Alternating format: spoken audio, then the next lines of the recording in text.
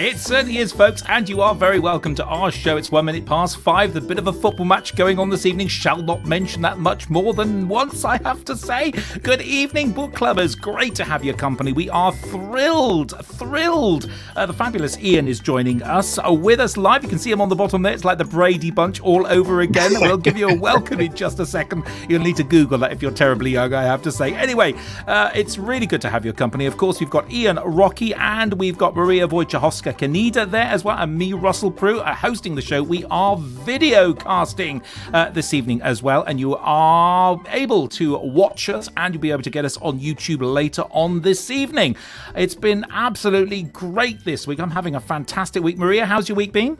Oh, it's been fabulous. It's getting a little bit colder. I'm kind of wondering whether to put the heating on or not, but I'm just putting a jumper on, just riding it out. I think the sunshine is coming, Russell.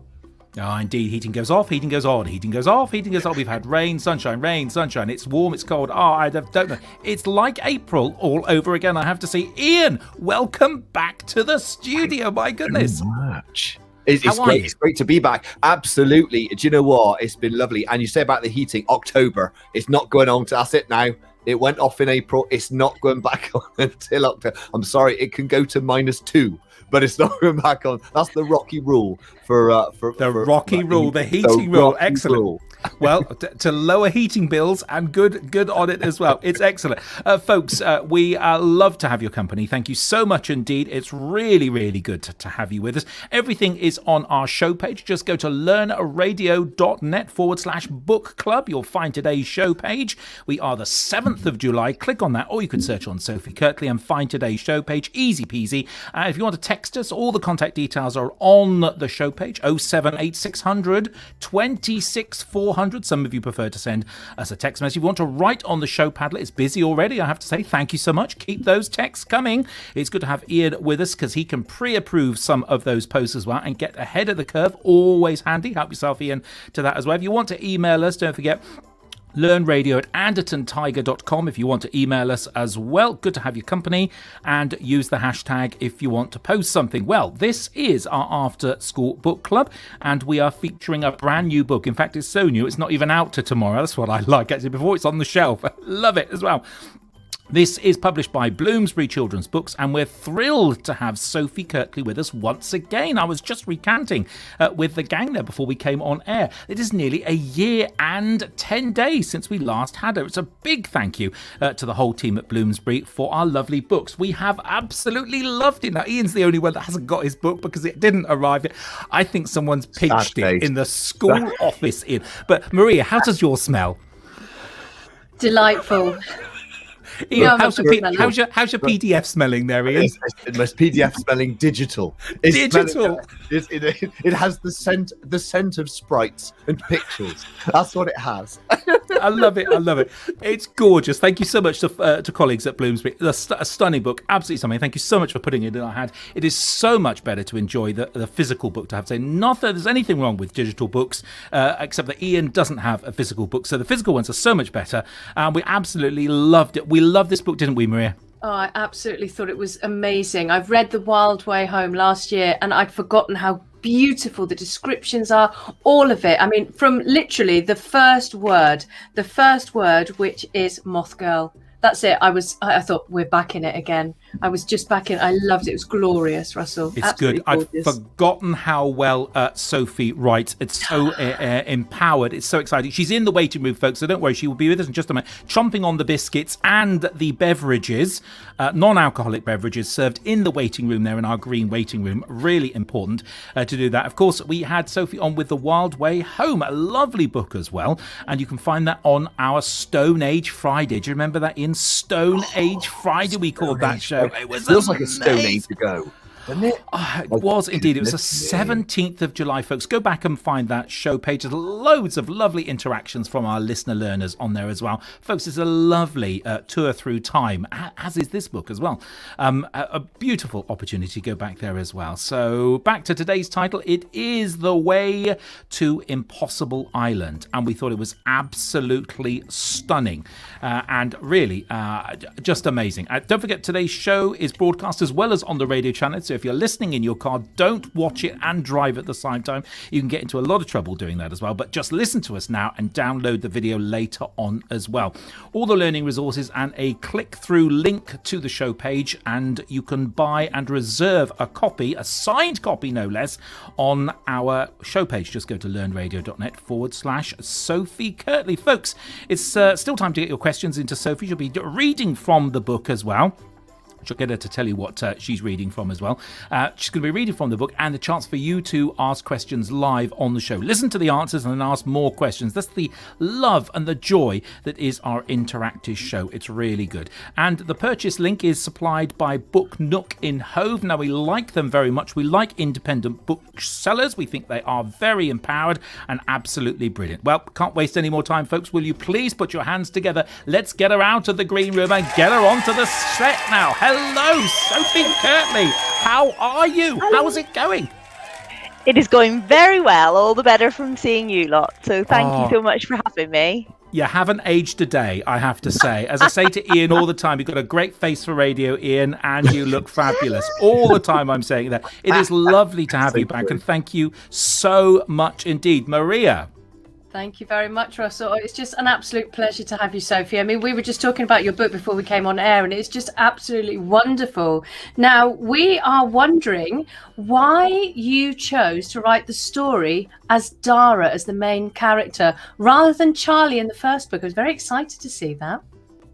Well, all along, really, even when I was writing The Wild Way Home, I was curious about those characters who were babies in The Wild Way Home.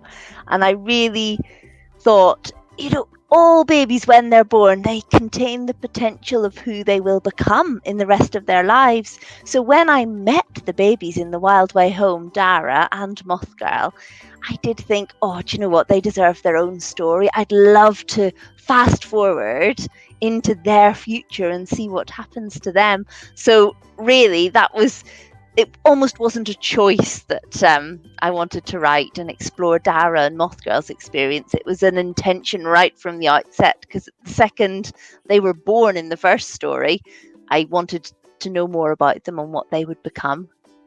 Oh, thank you so much, Sophie. And it's such a pleasure to know a little bit more about Dara, isn't it, Russell?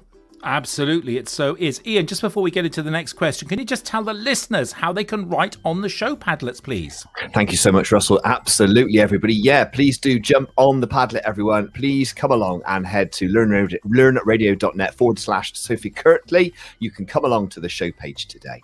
All you need to do is click on the pink circle in the bottom right-hand corner of our Padlet. There's a white cross there. Click on that. That'll bring up your very own personal post-it note. No charge for that, of course. First name in the top box, and then your message in the bottom box. Get your messages in, get your questions in for Sophie. We will pose them to her later on in the show. We would love your interaction as always, so please do head along to the show page, get your questions in now, get your comments in now. We'll approve them as we're going through the show, and we would love to pose them to Sophie later on in the show, wouldn't we, Russell? We would indeed. You've not lost it. Thank you so much indeed. Sophie, I'd like to ask now, Dara likes bananas, not pineapples. What fruit do you like or don't like? I don't like pineapples. Very strong. That's the only fruit I really don't like, and I never have, even when I was a child. And I can eat them. I'm grown up, I can manage it, but I would never, ever voluntarily eat pineapple. I just think it's just not the best. I love mango. I like all fruit. At the moment, raspberries, fresh raspberries. Oh, lovely. Yes. In season. Do you grow your own? Do you grow your own raspberries? We do. We've got an allotment and we do grow our own. So I was literally picking some yesterday in the sunshine. Always best warm from the sun. Love it. It's round to Sophie for raspberries, folks. I have to say, well done. I can't grow fruit like that. It just doesn't happen. Ian, you've got a next question for us. I do have the next question. Thank you very much indeed, Russell. So there are 2 chapters in the book, Sophie, which do not have titles. Why did you choose to do this? Now those chapters don't have titles in words, but they have a title which is shown with a way marker. Now, these way markers are actually a really big part of the story, and they are explained as they go through. I'm trying to find one here in front of me, but basically a way marker in the story is like a symbol that represents you, that you place on places around you as you pass through them. So you might carve it onto a tree, or you might carve it onto the wall of a cave, and it's very much part of a kind of Stone Age imagined system, and everyone would have their personal way marker. So if you saw this mark on a tree, you would automatically know who had passed that way, and these way markers come in very handy in the story as it goes through. And those chapters which don't have titles do have way markers, and the whole way through the book these way markers are there just at the very, very start of each chapter, and the way marker shows you whether it's a Dara chapter, so it's told from Dara's angle, or it's a Moth Girl chapter, so it's told from Moth Girl's angle. So in a way, we're sort of learning to read the way markers like we're Stone Age adventurers on a journey. And that's why those two chapters don't have any words, just way markers. That's so clever. It really is so clever. Engaging to the nth degree. Honestly, Sophie, that's just brilliant. Getting people involved completely in the story, totally consumed within the book, which is absolutely lovely. And it's what we've come to love about your writing. Absolutely well done. Thank you so much. Now, Sophie's kindly agreed to read for us today, hasn't she, Russell? She has indeed. Now, have you decided what you're going to read from us? Do we need a pre-synopsis so we know what you're reading from? What can you tell us? A little bit. I am going to read to you a bit that's from quite far into the book, and it's a chapter called Lighthouse. Now, the reason I'm going to read you this bit, even though, look, you can see if you're on the visual, it's about halfway through, is because I think it really captures a lot of the action. So I'm landing you right in the middle of the story, which means you do need to know a few things. So you can see on the cover, if you're looking, or if you've seen the cover before, it's the story of two children. So Dara, who is from now, and Moth Girl, who's from the Stone Age. The two of them meet, and they both want to go to Lathron Island, which is the impossible island in the title. They want to go there for different reasons. Now, this chapter I'm going to read to you is from when they're actually on the journey across the sea by night towards Lathron Island. And this is a chapter which has got Dara's way marker at the top of it. So it's from Dara's angle, it's from his point of view, but both characters are in it. And Moth Girl wants to go to Lathron Island because she thinks her big brother is there and she thinks he needs her help. And just before this chapter I'm going to read to you, she has seen the beam of a lighthouse. She's from the Stone Age. She doesn't know what a lighthouse is or even electricity or anything. So she sees this light and she automatically thinks it's her brother. He's signalling to her and that he's definitely on the island. She's just said this to Dara when the chapter begins. So I'll start reading to you now. The chapter's called Lighthouse. "Ow!" said Dara, squirming his arm out of Mothga's too tight grip. He followed the line of her pointing finger to where the beam from the east lighthouse swept out like a searchlight across the dark waves. Why would Mothga's brother be out there in the lighthouse on Lathron Island?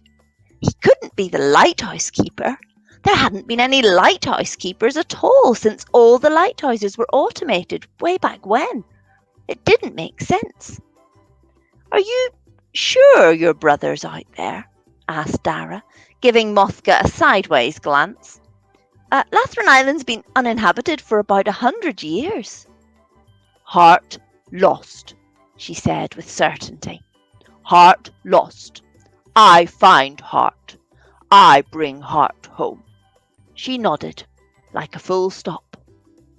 Then Mothga lifted the oar and began to paddle towards the island, steady and strong and sure. Dara sat on the boat bench and took careful little gasps of the wild sea air. But no matter how much he tried to convince himself otherwise, he could tell that the pink pill of Power's power was gone now, and his chest was starting to feel all locked and tight.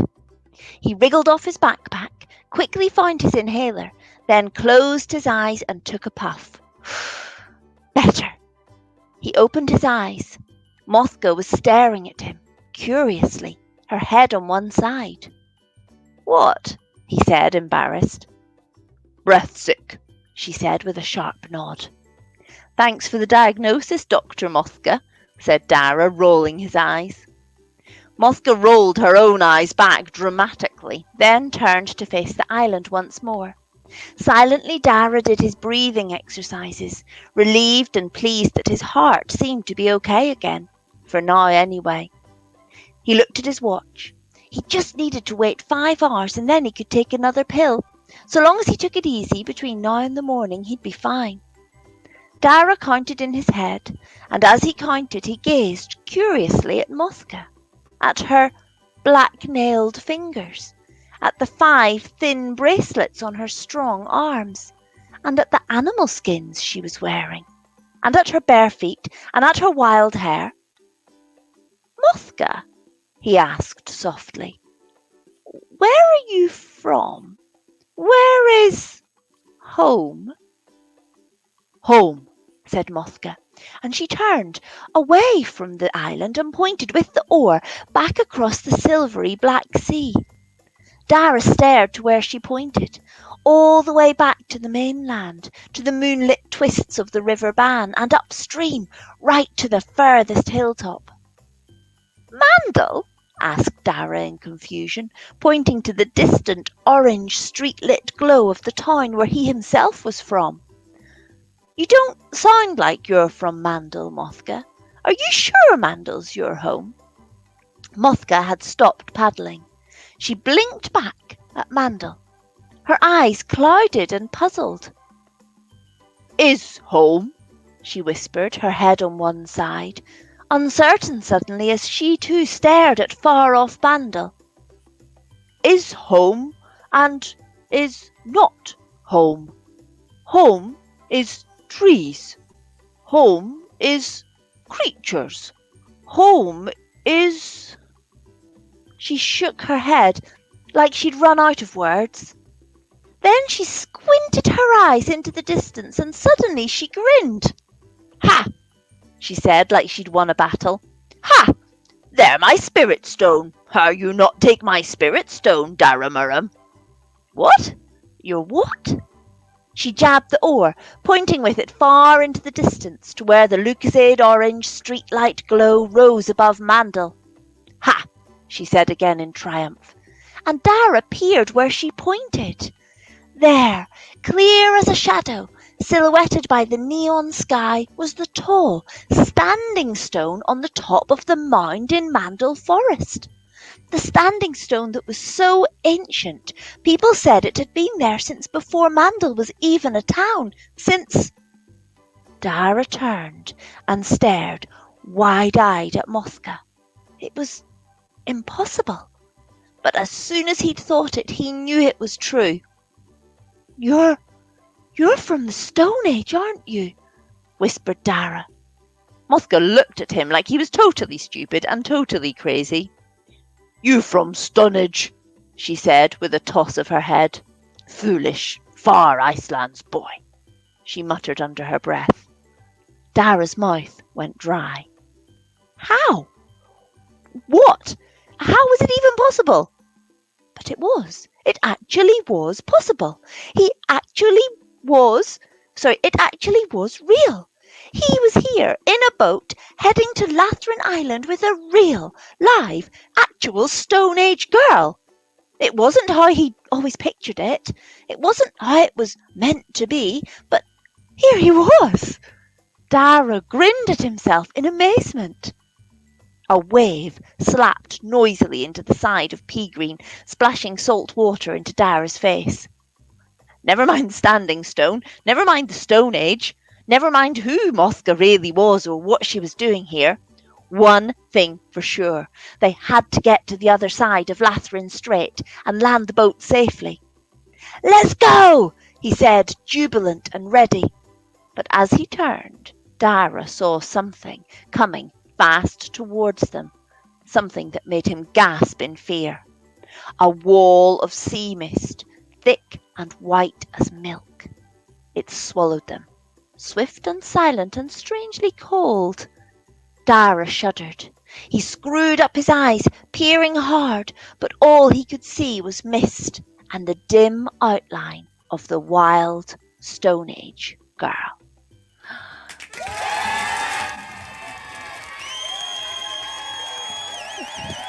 That was fabulous, Sophie. I loved your reading. There's something particularly wonderful about listening to an author reading their own words. And when you got to Lucasade Orange Streetlight, I could imagine that straight away. Couldn't you, Ian? You could imagine that. Oh, so much. Your description, we're going to come on to that shortly, but your description is absolutely exquisite. I mean, you paint the picture. I always talk to the children in school about being able to paint the picture for the reader, and you just do that exquisitely, Sophie. You so do. It's just a joy to read the words. It really is. It's just incredible. No, absolutely lovely. Thank you so much for thank reading. you. It's lovely things to say.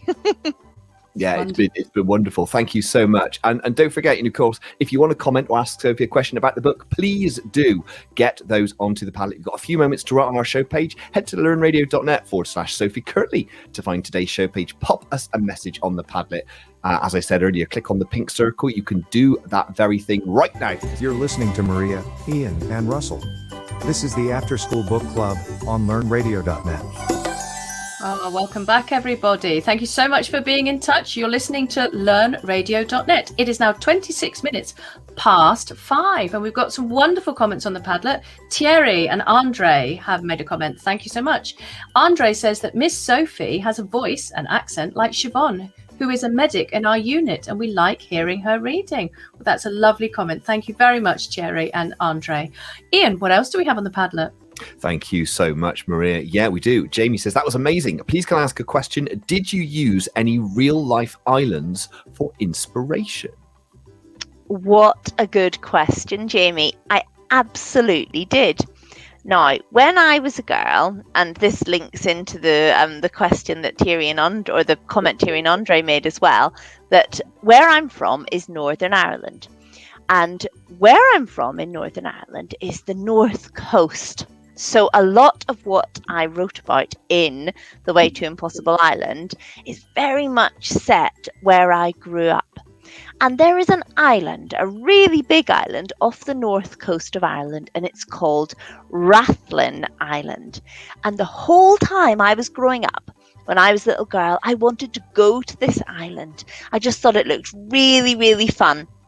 And for one reason or another, we never actually did. And it wasn't until I was an adult that I got to visit Lathron Island for the first time.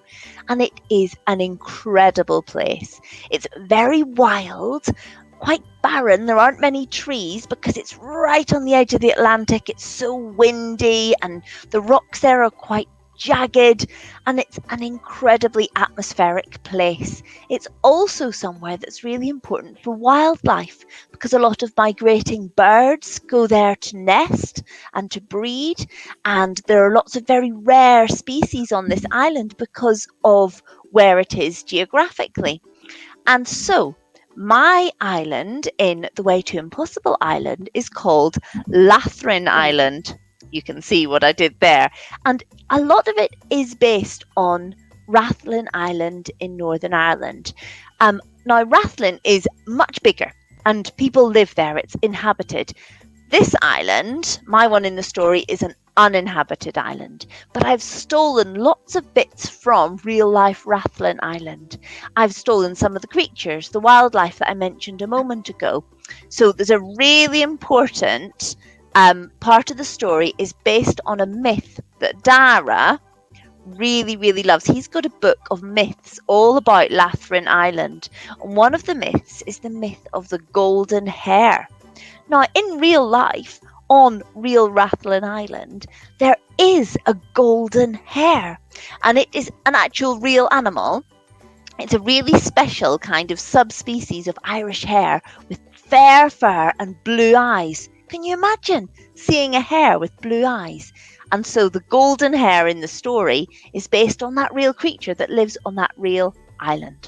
So a very long answer to a very good question. No, it's a lovely answer as well. Lola asks, do you have any pets yourself, Sophie? Yes, Lola, I do. I have 2 cats and I love them dearly. They're quite old now, I've realised, and they just sleep a lot. They're very unentertaining.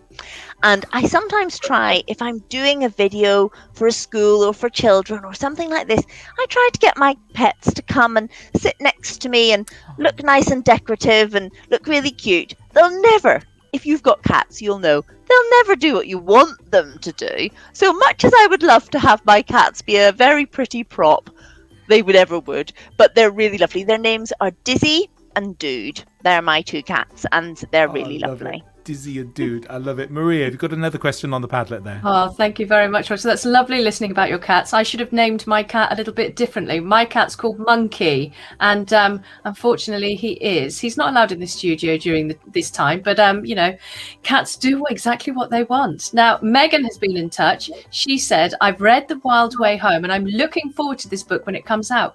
Will there be any art activities linked to it, like the Stone Age necklace you made last year? Oh, yes, I remember that you made that. That was wonderful. Wow, I am so impressed that you've got it all covered there. You've got art activities, reading, amazing. We haven't done any special videos or anything like that directly connected in to the Way to Impossible Island. But there is going to be a pack which is going to be put together with lots of different activities that you can do. They're not quite like making the Stone Age necklace. It's more sort of puzzles and quizzes and that kind of thing. But that will be coming quite soon. And as soon as it's all made and it's all looking beautiful, I'll pop that on my website, which is just my name, www.sophiekirtley.com, and there's lots of different resources and things there. Maybe that's where you find the things that you've already done. So I will be doing something connected to that, and Bloomsbury, the publisher, just in the middle of kind of shining it all up and making it all beautiful. So it will appear at some point. Oh, that sounds wonderful. Thank you, Sophie. We could be making some golden hairs as well, couldn't we, Ian? Oh, we're so good. Yeah, nothing wrong with making a good goal. And there's a lovely crafty cafe activity there on its own, isn't there? Yolande says, I love the reading, Sophie. I tell you, I love the reading too, Yolande. And I tell you, I'm going to drop something in there as well. I noticed, Sophie, that you weren't involved in the audiobook recording. You've got such an amazing reading voice. I was, Ian. I did the audiobook. Yeah. Oh, fantastic. So how much of it did you, because it says on Audible, it was, I noticed that it was Stephen that read it on Audible. So where is your reading then that listeners can listen to the audiobook? I don't know. I'm confused. I genuinely don't know the answer to that, Ian, because I did the audiobook as far as I'm aware, but I'll have to figure that one out. I'm not wholly sure, because it was one of the things I really love doing is reading aloud, and so I was really excited to do the recording for it, and it was actually really good fun too, because it was in a studio and I got to wear big headphones and sit in a little padded room and stuff. So yeah, I really do enjoy reading stuff out loud. So hopefully it'll be somewhere. I'm not exactly sure how. These things kind of happen and you never quite know how it works out, but I'm pretty sure there is a version of it, because I've had a bit of feedback on it from listeners who got a sneak peek and have said they enjoyed it. So you've got a fabulous reading voice. It'll be out there somewhere, Ian. I really hope so. Thank you very much indeed. Russell, what have you got? What's on the Padlet? Thank you. Yolande has been in contact. I love the reading, Sophie. So this is Yolande. Thank you so much. Really good. Maria, what else do you have? Thank you very much. Now, Maya has said she loved the Wild Way. She loved the Wild Way Home last year with her class. Is Sophie doing any virtual school visits in September, as she's teaching the Stone Age next term? What about that, Sophie? Yeah, absolutely. I love doing virtual school visits. It's one of the real bonuses between the first time I was on Learn Radio and now, is that I have done so many virtual school visits with lots of schools all over the place, and it's just such a treat, because at the moment I'm talking to you, but I can't see you, obviously. But when I'm doing a virtual school visit, it goes both ways, and I absolutely love that. And I can do some quite nice interactive things and all that. So yes, absolutely. Again, if anyone is interested in virtual visits, just to get in touch via the website via my website is the best way to do that. And I've got a brand new one that I'm going to do connected to the Impossible Island, and things about following your dreams and that sort of an idea, those sorts of themes that run through the Way to Impossible Island. I can explore those a little bit.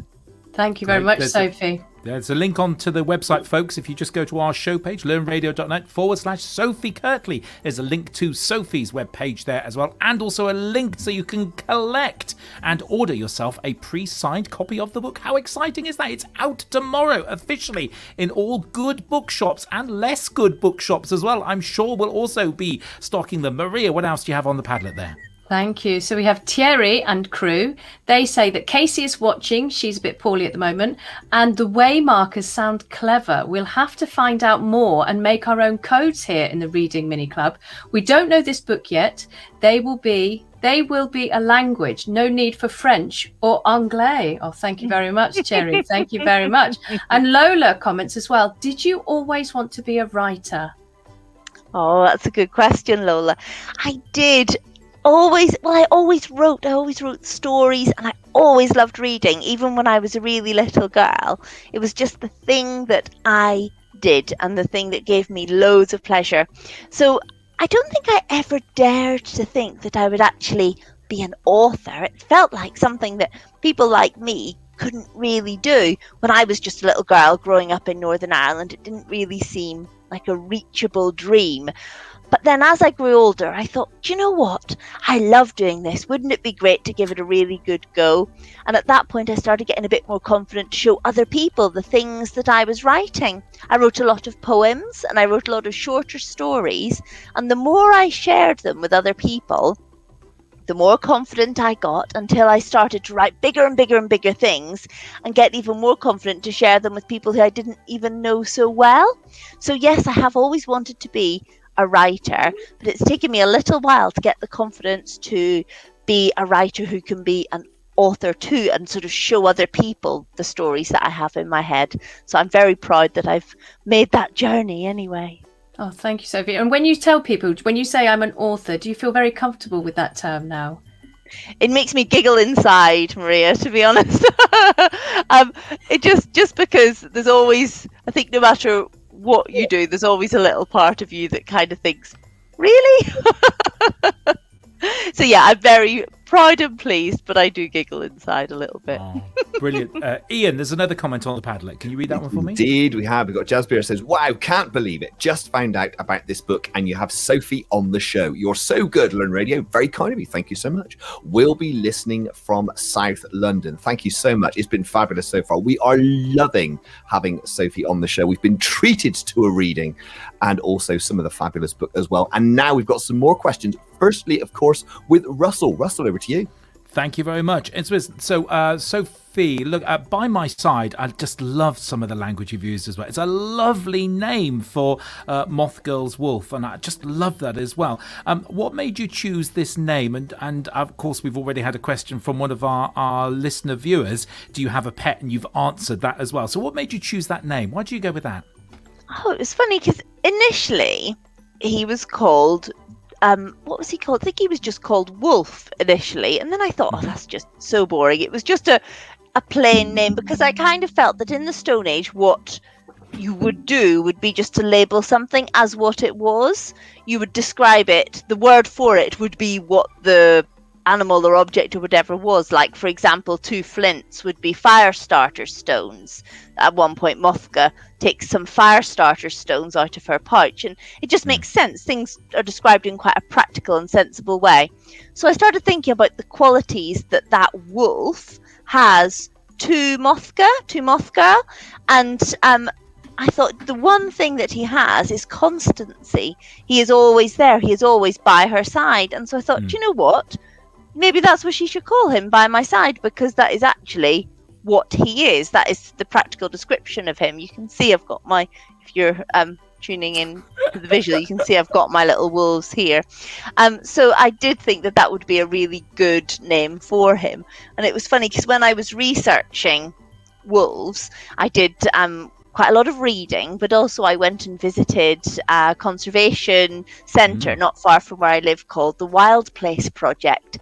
And it's an amazing place because it has lots of animals that would have been here in the UK in Stone Age times. So, for example, if we were in the Stone Age right now, chances are a guy like this could just be wandering by right where you're sitting right now, wherever you are. So because wolves would have been native to Britain and to Ireland, so it just made sense to me to bring them into the story. But also, if you've got we had the question if I have any pets. If you have a pet dog, your dog is actually the great grandson or granddaughter of a wild wolf, because that's what wild wolves would have very slowly become domesticated and turned into over time. So I love that character by my side too. I'm so fond of him, but that's where he came from and some of the thinking behind him and his name. Lovely. Maria, you've got a question there. Thank you very much, Russell. Yes. Now, Sophie, we'd like to talk to you, bring you back to the chapter headings that you were mentioning before. Did you come up with the idea, or did you collaborate with your illustrator?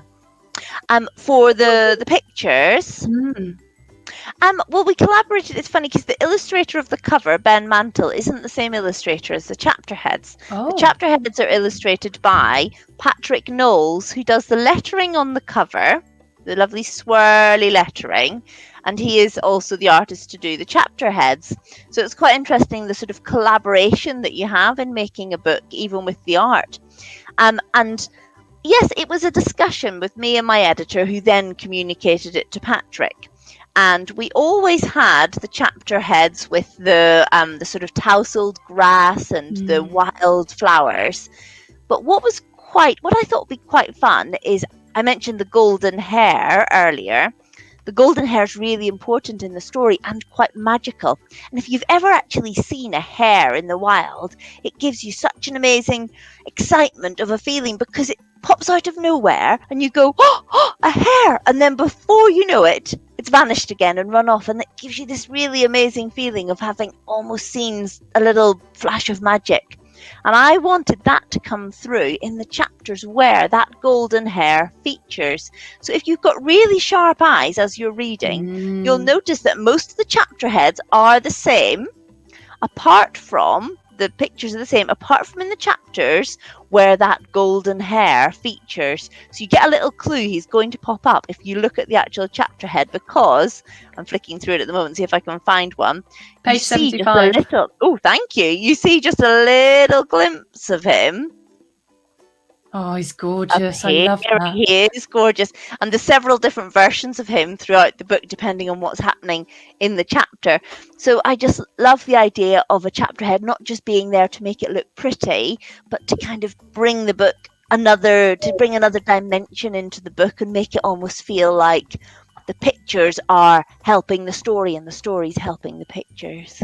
Oh, thank you, Sophie, so much. I got so excited when I first saw those little hair ears. I had to flick back all the way through the book and thought, did I miss any of them? Did I not see them? I mean, it was just absolutely wonderful. And thank you for sharing that extra bit of information about the author, the illustrator, and the person who did all the lettering. That's wonderful. And the description as well, Ian, is phenomenal, isn't it?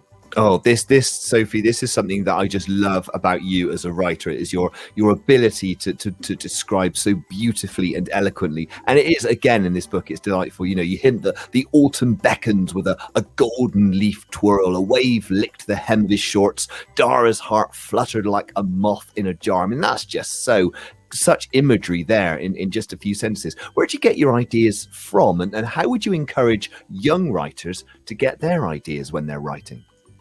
Well, it's funny, with description, one thing that I've really learnt, and I think is actually quite an easy trick for young writers to do, and it's all about the power of verbs. That sounds really teachery and boring, doesn't it? But if you're describing, you kind of think it's got to all be about the adjectives, don't you? It's got to be about the bright blue, glistening lake, or whatever. But actually, a description is so much more fun, I think, if you bring it to life through whatever you're describing, through what it does actively. So I always think quite hard about the verbs that I use when I'm doing a description, so that whatever is happening is in motion, is actually sort of actively getting on with stuff. And there was one of the ones you read there, Ian, that was a good example of that. I can never think of these things off the top of my head, but I think it was like a swirling leaf or something or other. Yeah, it was a golden twirl.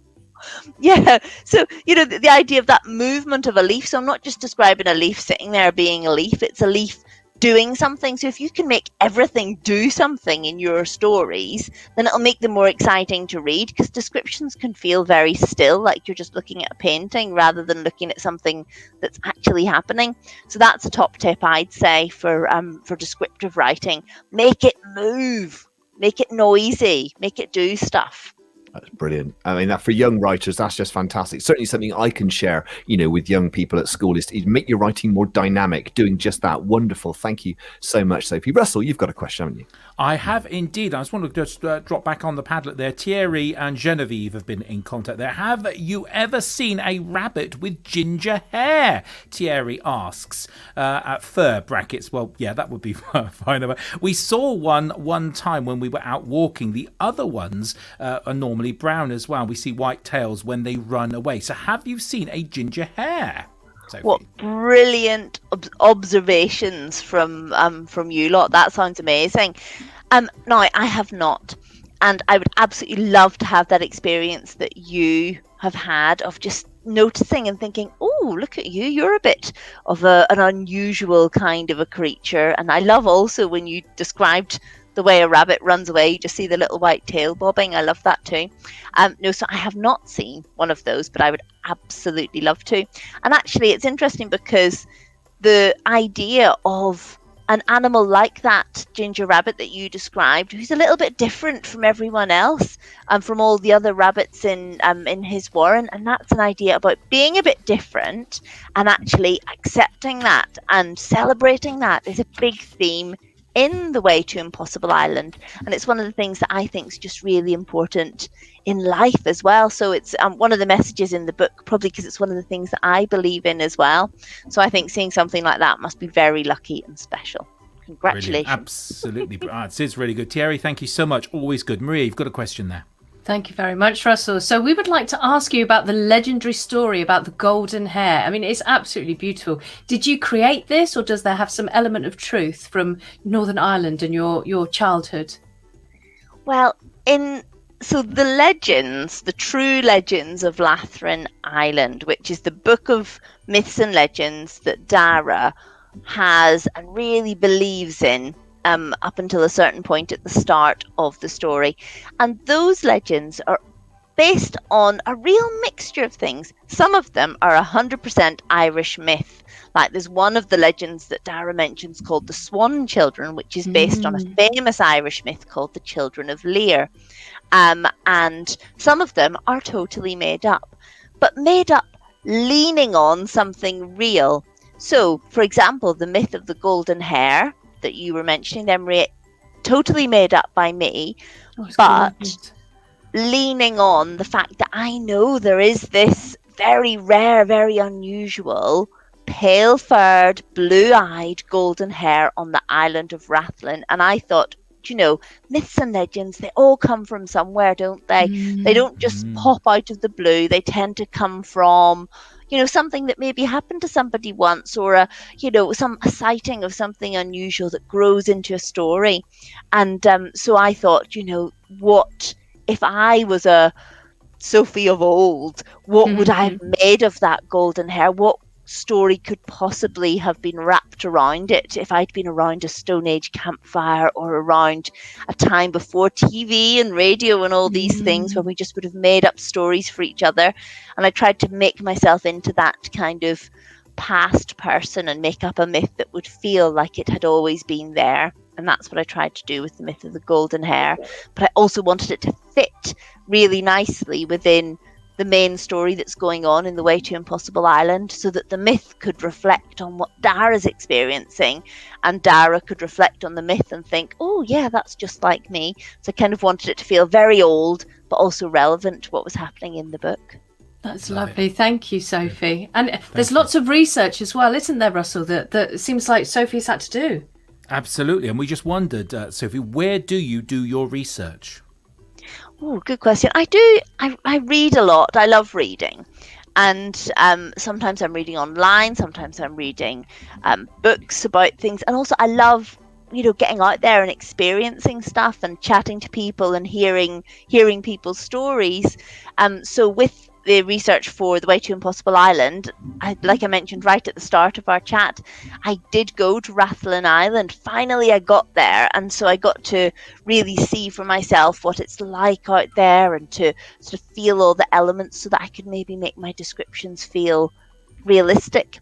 And I did do a lot of reading of stories that people have told about the island, old diaries and anecdotes that people had told. And because it's been locked down, I wasn't able to get over to Rathlin to sort of pinpoint specific people and to go and interview them or something like that, which is something I would have loved to have done, because I would have loved to have taken people's stories and made them into almost like a book of myths based on the things that people were telling me. But that just wasn't quite possible this time around. But I am planning to do that for future books, to see if I can, put that little bit of reality, sprinkle it in. Love it. That's great. Absolutely good. We're doing well on time, folks. If we could just jump now to section 17, Ian, there's a question there for you, number 9. If you could give Sophie that would just be perfect. Absolutely can. Thank you very much indeed, Russell. Sophie, the book is all about stereotypes and challenging them, as well as what typifies as normal. Why did you include this concept in the book? Well, it's just something that I feel is really, really important for everybody, and something that I believe in very, very strongly. And when I was thinking about the two different children, Dara and Moth Girl, I thought, what would have been expected of someone in the Stone Age, particularly a girl? And one of the stereotypes that Moth Girl has to challenge is what's expected of her as a young female in her clan. And what is expected of her is something very domestic. She's expected to do lots of cooking and preparing and helping and generally and looking after the younger members of her clan. That's her role, as is seen. But her personality and she's not like that. She doesn't want that role. She wants to get rid of it. And I think that for young people, often, the world they come into has a certain almost like if you picture a jigsaw, there's a space left and you're expected to fit that gap. And if you don't fit that gap, let's say there's something which you think, oh, actually, no, that's me. I'm this shape, not that shape. Then where do you go? And I really wanted to kind of explore that idea. So Moth Girl, she wants to hunt. She wants to run wild in the forest. Her best friend's a wolf. She's got all these things that make her really, really different. And so what happens in the story as it evolves is she starts to, initially she thinks, oh, I've just got to be what everyone wants me to be.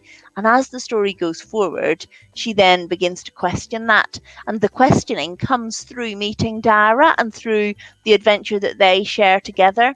And actually, Dara has a very similar experience with her. So really, I just think it was about people looking at their own perspectives and realizing that actually there's something more than that always, because I think that's really important for all of us to do as we live our lives, try to see things from other people's points of view.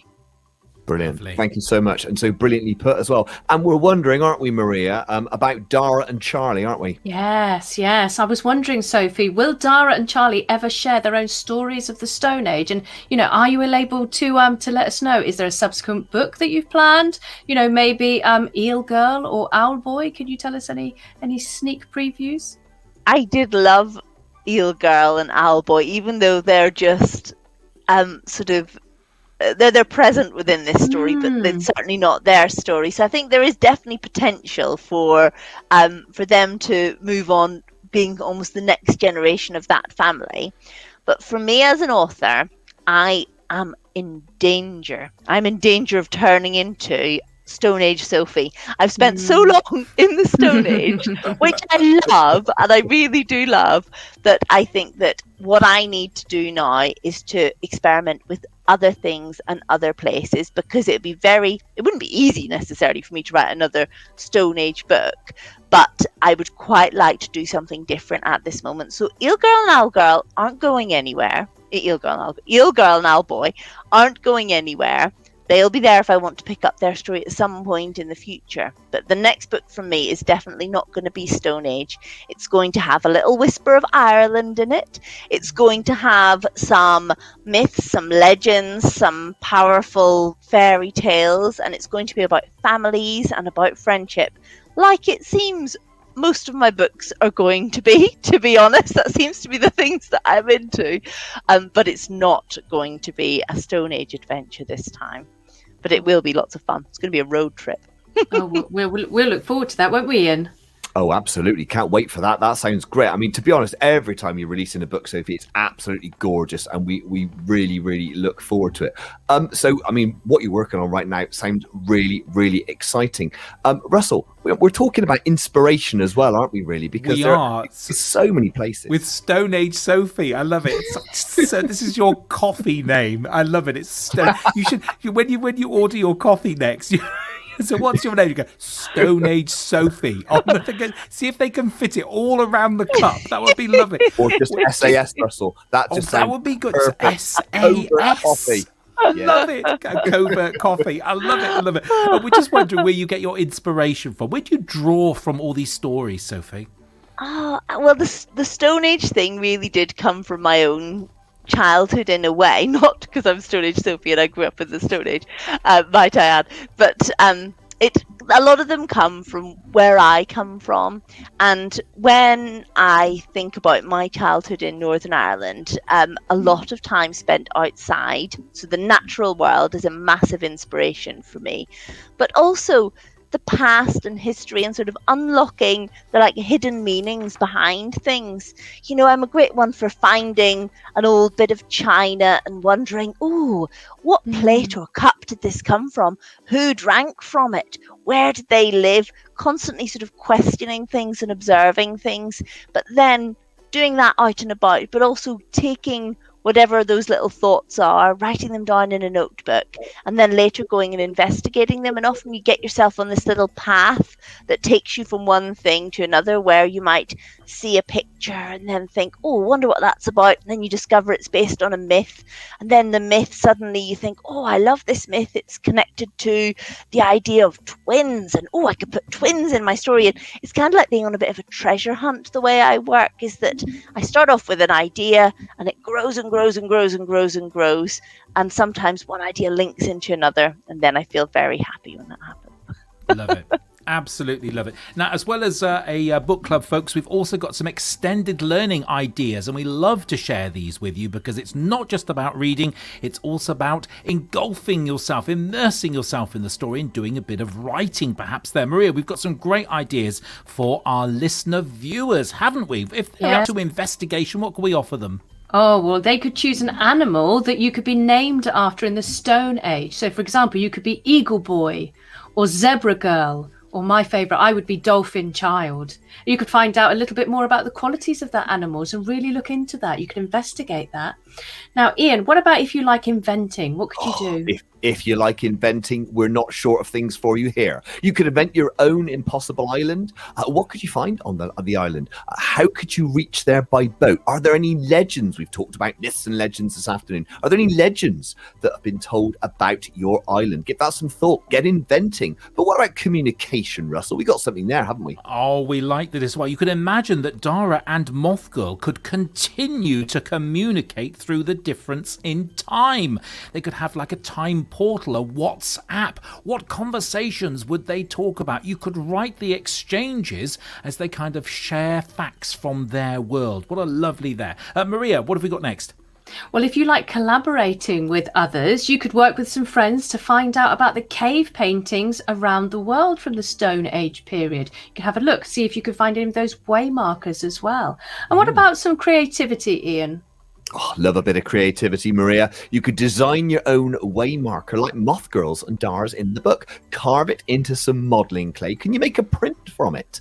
You could make a bookmark with your own waymarker on it. How about that? And you could slip that inside the the way to Impossible Island. What better way to spend a rainy afternoon? What about if you're in the mood for a bit of thinking and philosophy then, Russell? Oh, we've got a lot of rainy afternoons at the moment. There's plenty to see, make and do there as well. Well, we'd like you to answer the question. Was it right that Hart had been gone for 2 moons? That's 2 whole months there to go hunting for his family. He's absent. He's left them hungry. Was that right? And you could discuss the rights and wrongs of doing that. Wow, what a great idea. Some lovely ideas, folks. You'll find those at the bottom of the show page. Just go to learnradio.net/Sophie Kirtley. You'll find absolutely everything there. Wow, it's been an amazing show. Thank you so much indeed, Sophie. It's absolutely amazing.